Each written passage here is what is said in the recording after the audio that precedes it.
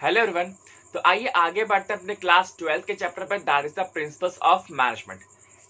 तो आज का टॉपिक है हमारे पास फेयोल्स प्रिंसिपल ऑफ मैनेजमेंट। जो हेनरी फेयोल के जो 14 प्रिंसिपल है, जो आपके बोर्ड एग्जामिनेशन के पॉइंट ऑफ व्यू से बहुत बहुत इंपॉर्टेंट है।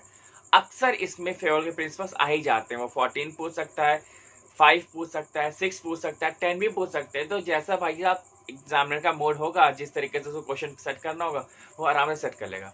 लेकिन टेलर के प्रिंसिपल्स ये हम पिछली वीडियो में कवर कर चुके हैं, और 14 के फेयोल के 14 प्रिंसिपल हम लोग इस वीडियो में कवर करने वाले हैं।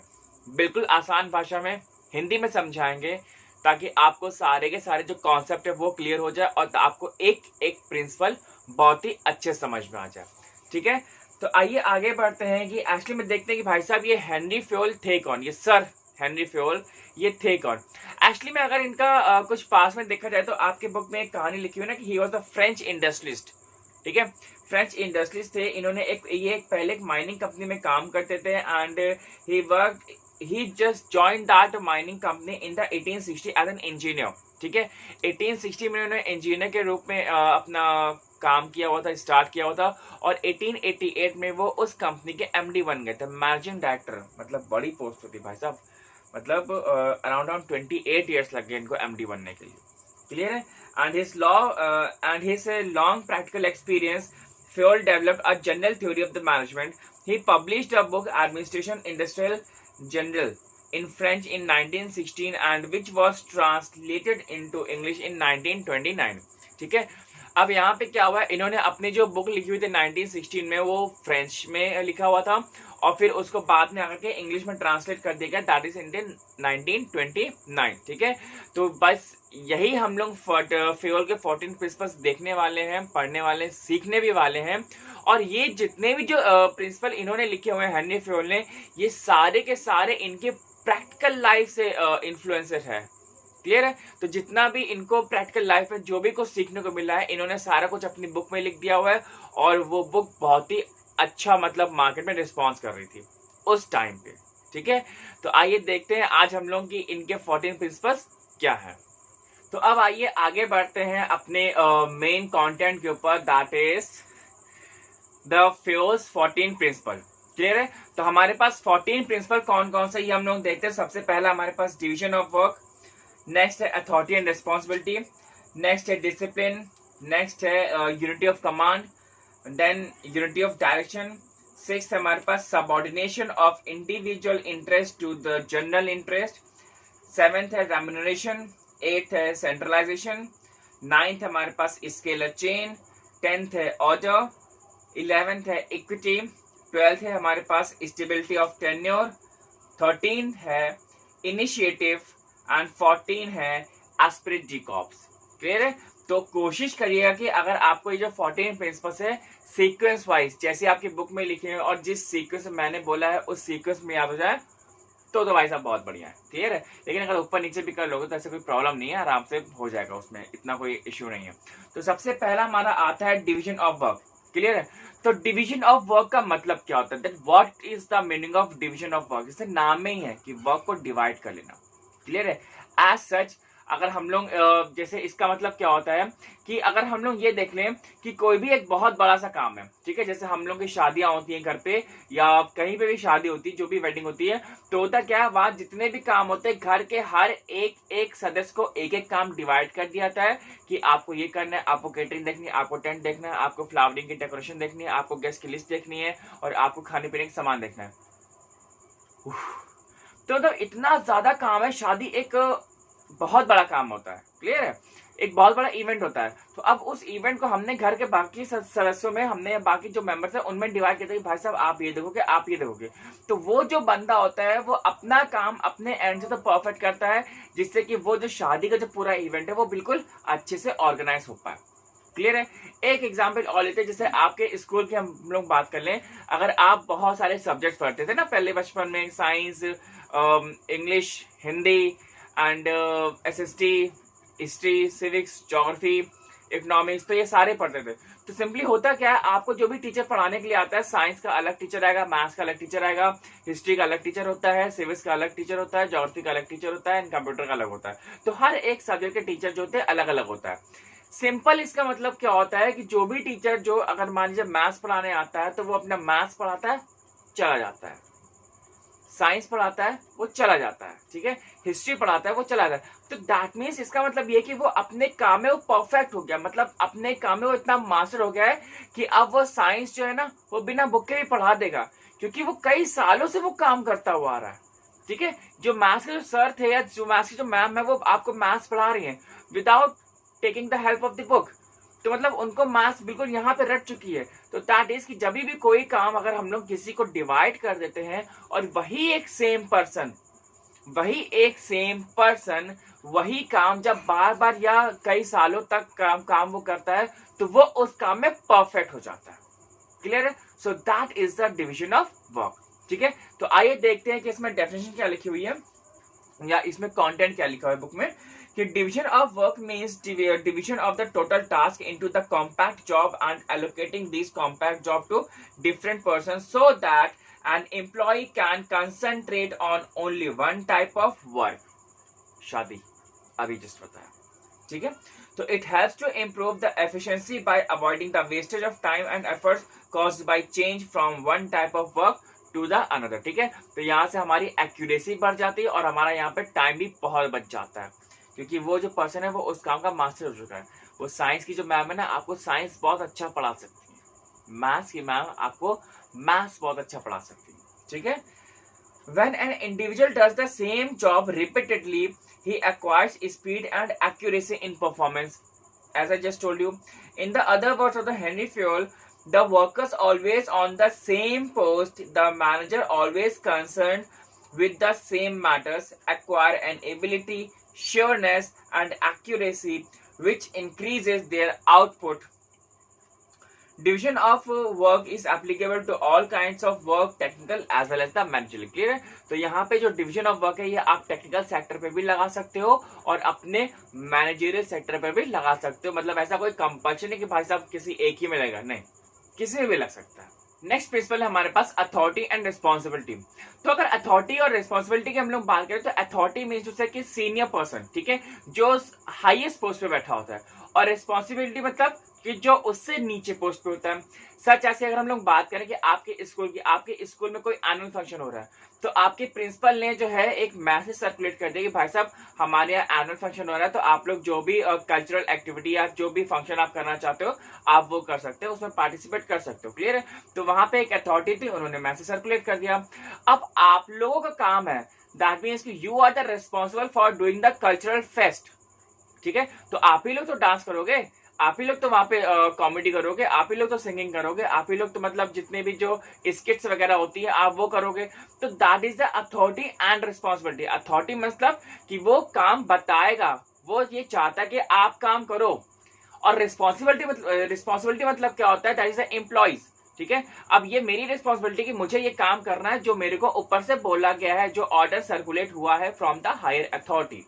क्लियर है? तो आई होप कि आपको समझ में आ गया what is authority and what is responsibility.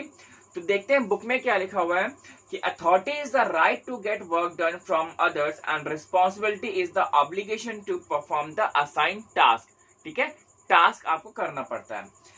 Anyone who exercises authority must accept responsibility for his work. Similarly, one who is held responsible should be given the necessary authority. Authority and responsibility are coexistence, and they must go hand in hand. And authority without responsibility leads to irresponsible behavior. ठीक जैसे लिखा हो ना, authority without the responsibility leads to the irresponsible behavior, while responsibility without authority will make a person ineffective. Clear है? तो यहाँ पे authority and responsibility आप ऐसे समझ सकते हैं कि वो एक ही गाड़ी के दो पहिए होते हैं, मतलब बिना एक पहिए के कोई नहीं चल सकता, ठीक है। अथॉरिटी भी उतनी ही रिस्पॉन्सिबल है जितने की आपकी रिस्पॉन्सिबिलिटी। तो अथॉरिटी भी होना बहुत जरूरी है और रिस्पॉन्सिबिलिटी भी, ठीक है। Therefore, there should be a parity between the authority and the responsibility. Clear है? नेक्स्ट प्रिंसिपल है हमारे पास डिसिप्लिन। डिसिप्लिन मीन्स टू से कि जैसे हमारा नाम है कि हमें कोई भी काम जो है तो डिसिप्लिन मतलब बहुत ही परफेक्ट तरीके से काम करना चाहिए। मतलब अगर कोई चीज हम लोग काम कर रहे हैं तो वो एक परफेक्टली तरीके से होनी चाहिए। क्लियर है? जैसे कि अगर आप बुक्स रख रहे हो तो वो अपनी एक प्रॉपर प्लेस में होने चाहिए। अगर आप अपने क्लोथ्स रख रहे हो तो आपके क्लोथ्स अपने एक प्रॉपर प्लेस में होने चाहिए। तो दैट इज द डिसिप्लिन, ठीक है। जो डिसिप्लिन जो होता है हम लोग आर्मी वालों से जरूर सीखते हैं। तो यहाँ पे क्या दिया हुआ है कि discipline implies the obedience, respect for the authority, respect of authority and observance of the established rule and the regulations. Clear है? Discipline is essential for the smooth running of every organization.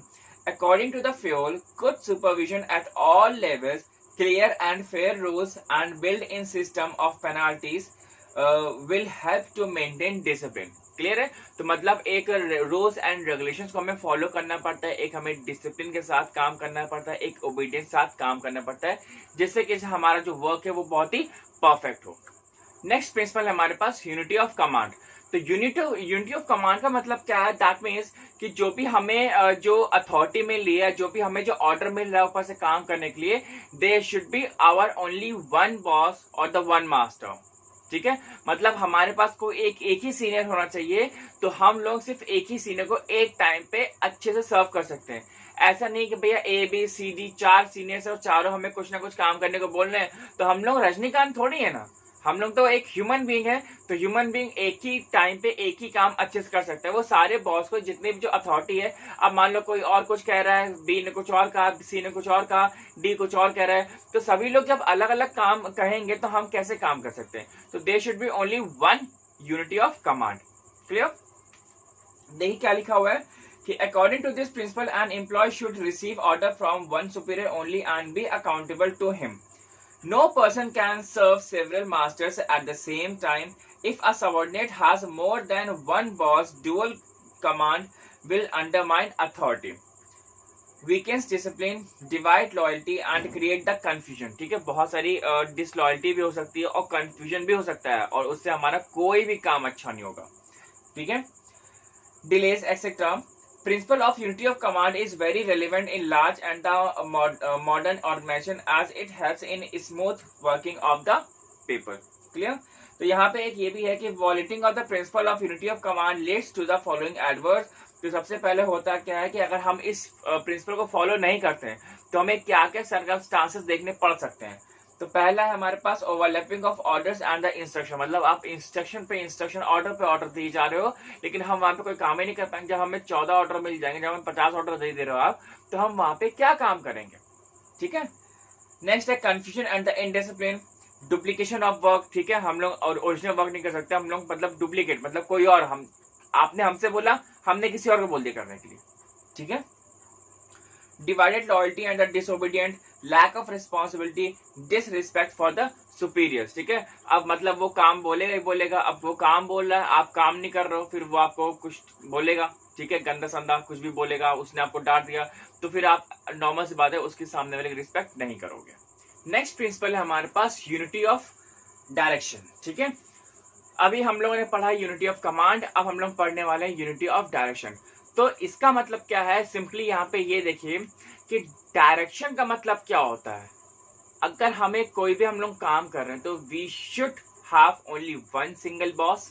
ठीक है, superior जो होना चाहिए, हमारे पास एक ही superior होना चाहिए, और हमें क्या अपना ऑब्जेक्टिव को अचीव करना है, कौन सा हमारा एम है, या हमें मान लीजिए कि 1 साल के अंदर हमें ये अचीव करना है, या 6 महीने के अंदर हमें हमारा एम है या गोल है हमें अचीव करना है।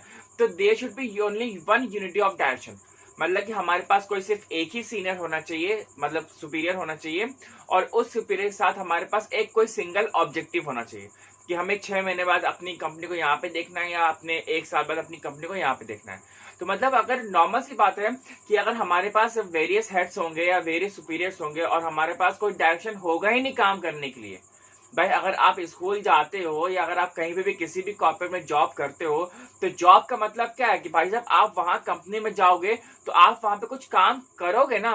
दैट मीन्स कि आप जो भी काम कर रहे हो वो आपके एक ऑब्जेक्टिव में है कि हमें आज का काम इतना करना है जिससे कि हमारी कंपनी यहाँ तक पहुंच जाएगी। क्लियर है? तो there should be a one unity of direction. Definition देखते हैं क्या है इसकी, कि there should be one head and one plan for a group of activities having the same objective. In other words, each group of activities with the same objective must have one plan of action and must be under the control of the one superior. Clear है? तो एक उनके पास एक कोई plan होना चाहिए and they should obey from the one single boss. Without unity of direction, unity of action and the coordination of efforts are not possible. ये भी बात सही है कि जब तक यूनिटी ऑफ डायरेक्शन होगा ही नहीं तो हमारे पास कोऑर्डिनेशन का भी कोई फायदा नहीं होगा. आगे यहाँ पे लिखा हुआ है कि unity of direction should be differentiated from the unity of command. Unity of direction अलग है, यूनिटी ऑफ कमांड अलग है. ठीक है, कैसे अलग है ये देखते हैं. Unity of command related to the functioning of people, whereas unity of direction is concerned with the activities. Direction जो है वो एक्टिविटीज को डिनोट कर रहा है और जो कमांड है वो आपकी फंक्शनिंग को कर रहा है. ठीक है, कमांड में हमारे पास क्या था, आपने देखा होगा कि यहाँ पे हमें मतलब किसी एक ही बॉस के उससे आना चाहिए ऑर्डर. ठीक है, वेरियस सुपीरियर्स नहीं होने चाहिए. तो that is the functioning. Clear है कि अगर आप 4 लोग की बात सुनोगे तो आप अपना काम अच्छे से कर ही नहीं पाओगे. और डायरेक्शन में यहाँ पे क्या था, because we do have to contain only one single boss. हमारे पास सिर्फ एक ही बॉस होना चाहिए और हमारे पास कोई एक एम होना चाहिए काम करने का. क्लियर है? तो unity of direction does not automatically lead to the unity of command, though there can not be unity of command without unity of direction. ठीक है, तो जब यूनिटी ऑफ डायरेक्शन होगा तभी हमारे पास यूनिटी ऑफ कमांड हो पाएगा, बिकॉज डायरेक्शन में एक हमारे पास पर्पस है. क्लियर? तो unity of direction related to the functioning of the whole organisation. Next principle है हमारे पास subordination of individual interest to the general interest. Clear है? तो यहाँ पे इसका मतलब क्या होता है, अगर हम लोग आसान भाषा में समझें, दैट मीन्स कि जो एक कंपनी का, जो एक ऑर्गेनाइजेशन का जो एक गोल होता है, एक ऑब्जेक्टिव होता है, वो बहुत बड़ा होता है कंपैरेटिवली किसी एक एम्प्लॉय के या किसी एक इंडिविजुअल के गोल से. नॉर्मल सी बात है कि कंपनी जब ग्रो करेगी तो उसका जो जब कंपनी बढ़ रही है, कंपनी ग्रो कर रही है, कंपनी एक्सपांड कर रही है, तो उसमें काम करने वाले एम्प्लॉयज जो हैं वो भी ग्रो करेंगे, वो भी एक्सपांड करेंगे, उनकी भी भैया जो रेम्यूनरेशन है वो भी बढ़ेगा, उनकी भी सैलरी बढ़ेगी. लेकिन अगर सिर्फ एक कोई कंपनी में कुछ बैठे हुए एम्प्लॉयज ही हैं या कुछ डायरेक्टर्स वगैरह है, अगर वो सिर्फ बढ़ रहे हैं, उनकी ग्रोथ हो रही है, तो कंपनी ग्रो नहीं करेगी. समझ में आया? ठीक है, कंपनी अगर है तो एम्प्लॉयज हैं, एम्प्लॉयज हैं तो कंपनी है, ये नहीं है. मतलब अगर एम्प्लॉयज का बेनिफिट हो रहा है और एम्प्लॉयज ही की सैलरी बढ़ रही है तो ये जरूरी नहीं कि कंपनी की भी सैलरी बढ़े या कंपनी का भी टर्नओवर बढ़े. ठीक है, लेकिन अगर कंपनी का टर्नओवर, कंपनी का अगर रेवेन्यू बढ़ रहा है तो नॉर्मल सी बात है कि वहां पे जितना भी रेवेन्यू बढ़ेगा उसके अकॉर्डिंगली हमारे जो एम्प्लॉयज होंगे वो भी साथ में कंपनी के ग्रो करेंगे. क्लियर? तो आइए देखते हैं क्या लिखा हुआ है कि an organization is bigger than an individual. Therefore, the interest of goal of the organization must prevail upon the personal interest of individuals. In order to achieve the supremacy of group or common interest, managers must set a good example and they must be firm but reasonable in dealing with the subordinates. Clear है? आराम से deal करना चाहिए, प्यार से deal करना चाहिए. क्यों? क्योंकि हमें मालूम है कि भाई साहब जितने भी हमारे जो एम्प्लॉयज हैं और जो हमारी कंपनी है, that both of them matters us a lot. Clear? Next दिया हुआ है कि constant supervision is necessary to prevent the promotion of the person interest at the cost of the organisation. Clear है? तो अगर कंपनी बढ़ रही है तो नॉर्मल बात है हमें उस एम्प्लॉय, हमें अच्छे और एक्यूरेट एम्प्लॉय को देखना पड़ेगा ना कि भाई साहब कौन से एम्प्लॉय ने ज्यादा मेहनत की. प्रमोशन कैसे होता है? ऐसे ही होता है. जब हेनरी फ्योल साहब जब इंजीनियर के रूप में आए थे तो उन्होंने कभी नहीं सोचा कि हम कंपनी के एमडी बनेंगे. ठीक है, लेकिन वो बने ना.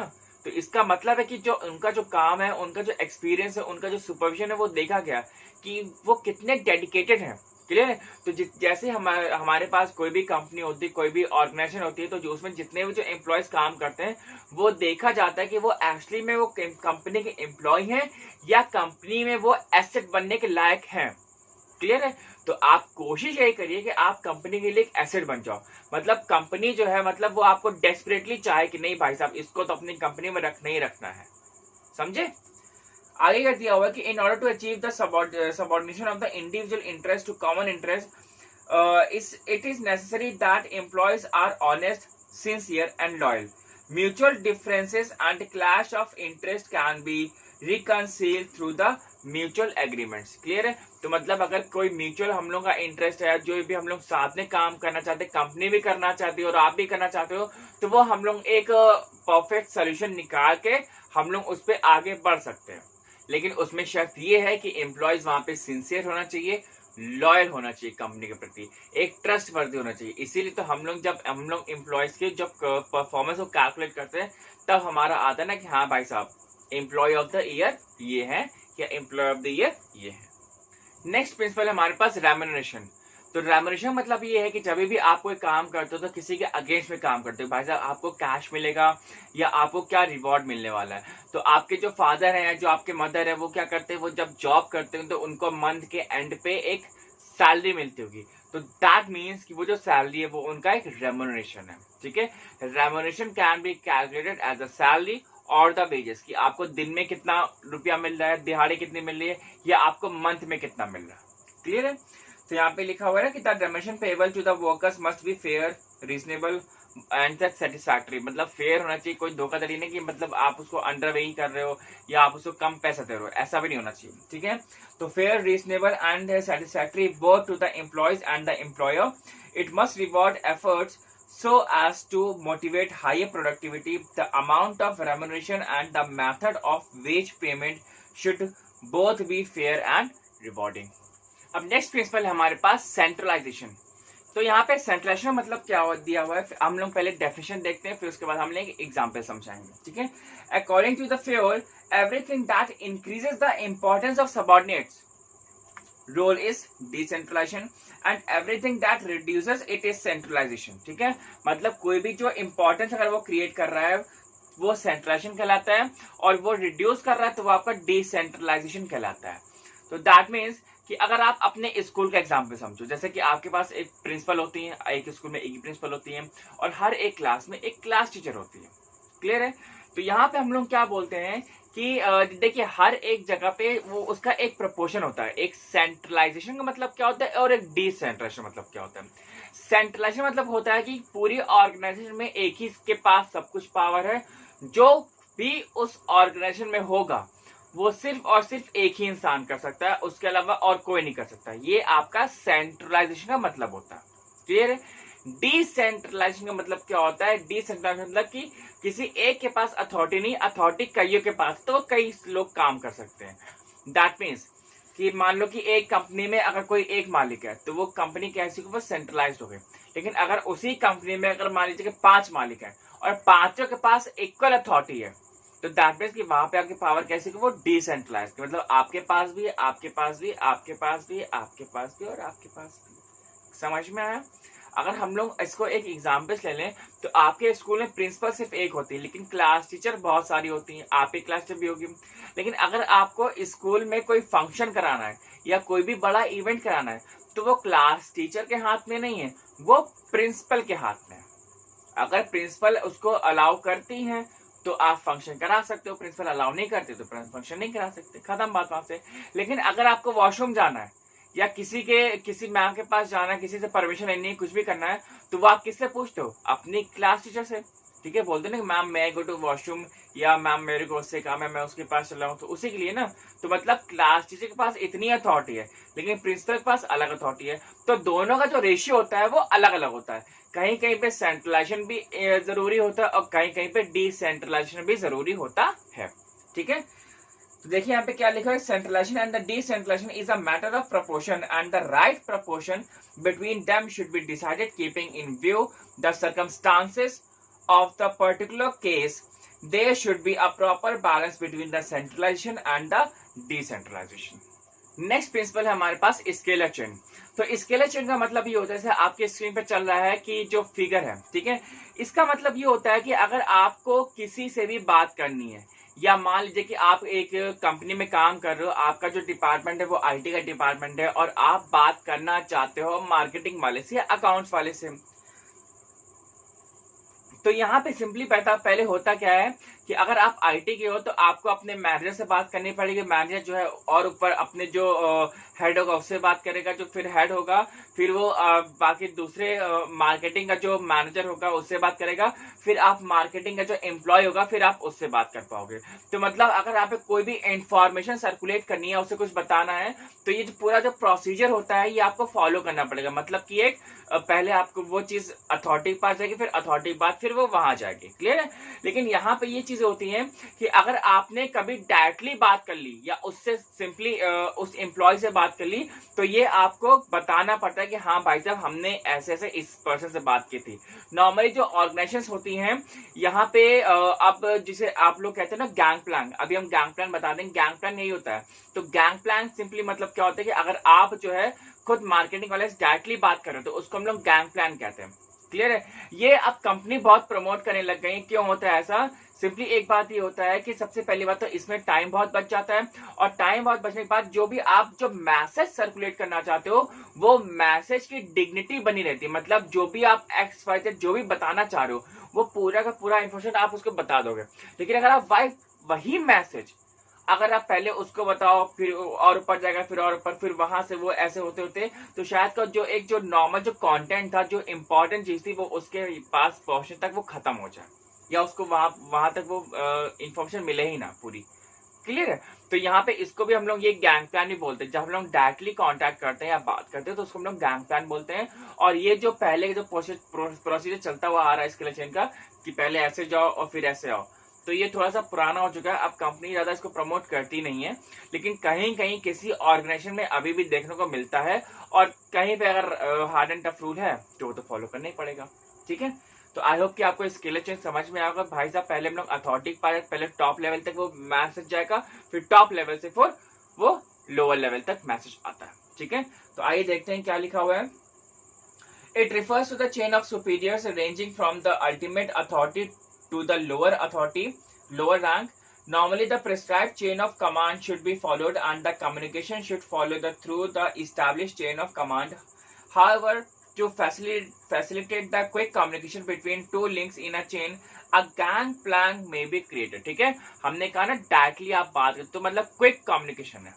ठीक है? यहाँ पे आपका टाइम बहुत बच जाता है और जो मैसेज होता है उस वो भी पूरा एग्जैक्ट मैसेज सामने वाले तक पहुंच जाता है। तो इसको हम लोग गैंग प्लान बोलते हैं।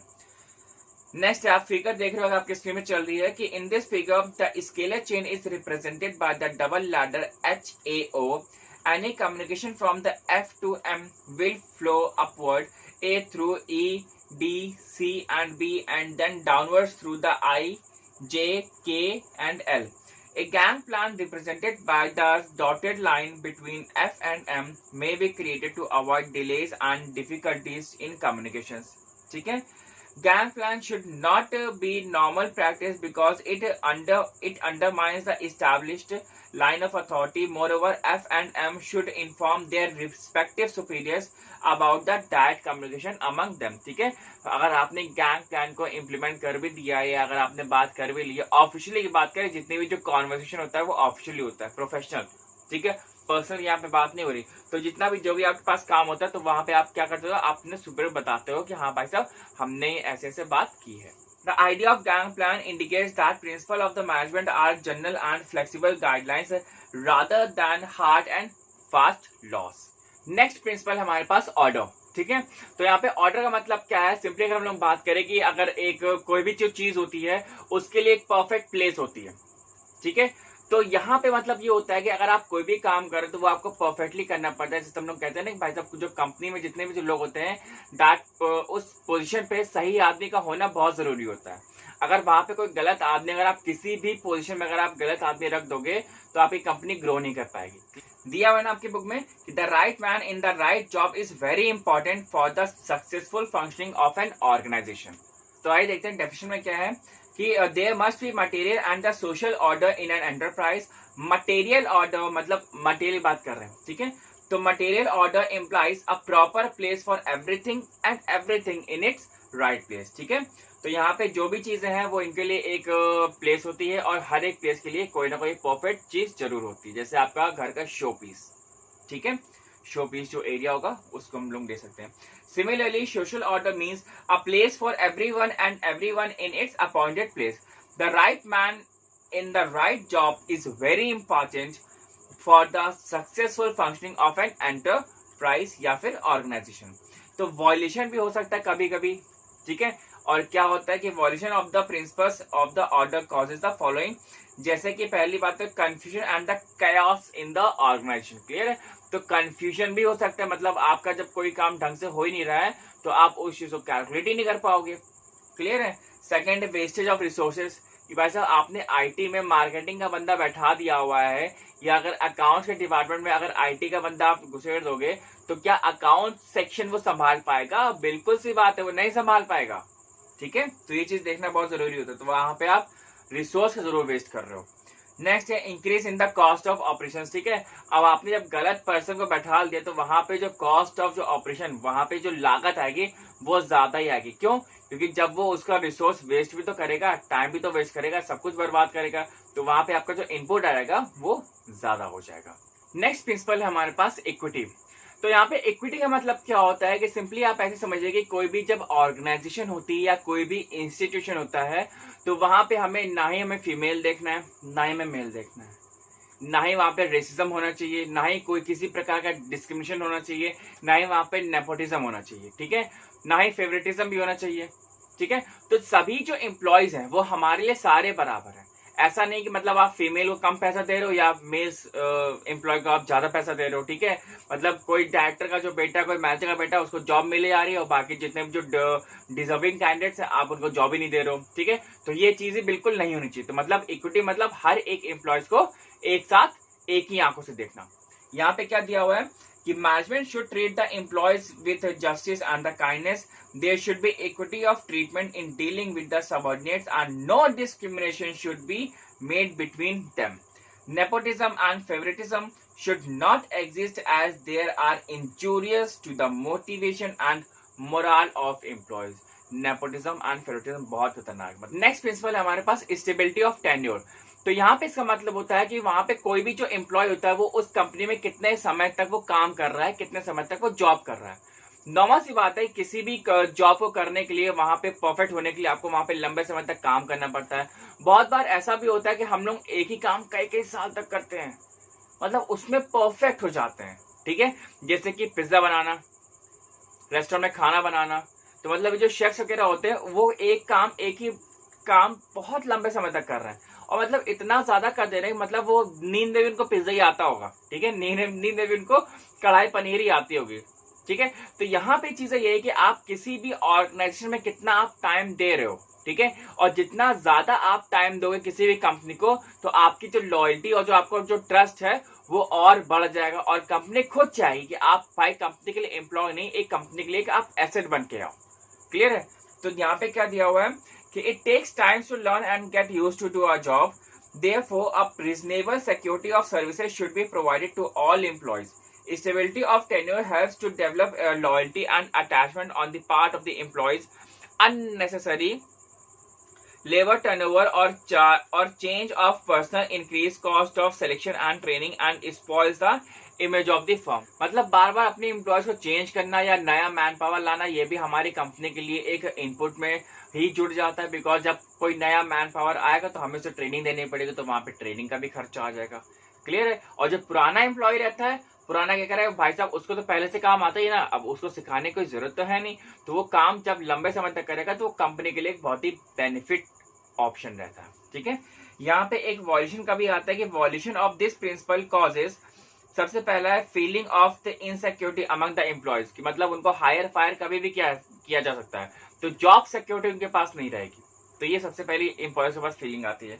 Reduction in the efficiency of employees, तो मतलब वो ढंग से और मन से काम नहीं करते, मतलब जितना वो दिल से काम करना चाह रहे थे जब उनको मालूम ही है कि पता नहीं कब निकाल दी जाए, तो फिर हम किसी कंपनी में दिल से काम क्यों करेंगे। क्लियर?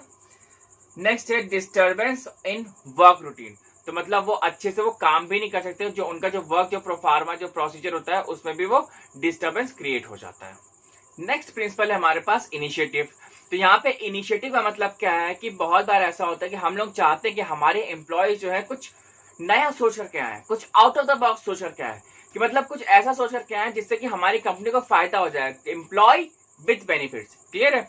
गूगल ने अपने सारे काम कैसे किए? गूगल क्रोम, ठीक है, गूगल का वॉइस सर्च, गूगल का मैप, गूगल का ईमेल, गूगल के बहुत सारी ऐसी चीजें हैं जो गूगल चलाता है। तो जब गूगल के इतने सारे प्रोडक्ट्स हैं तो नॉर्मल सी बात है कि वो उसने एम्प्लॉयज को अपना इतना फ्रीडम दे कर रखा हुआ है कि आप कुछ नया सोच करके लाइए, हम आपके उस आइडिया की रिस्पेक्ट करेंगे और उसको इम्प्लीमेंट करने की कोशिश करेंगे।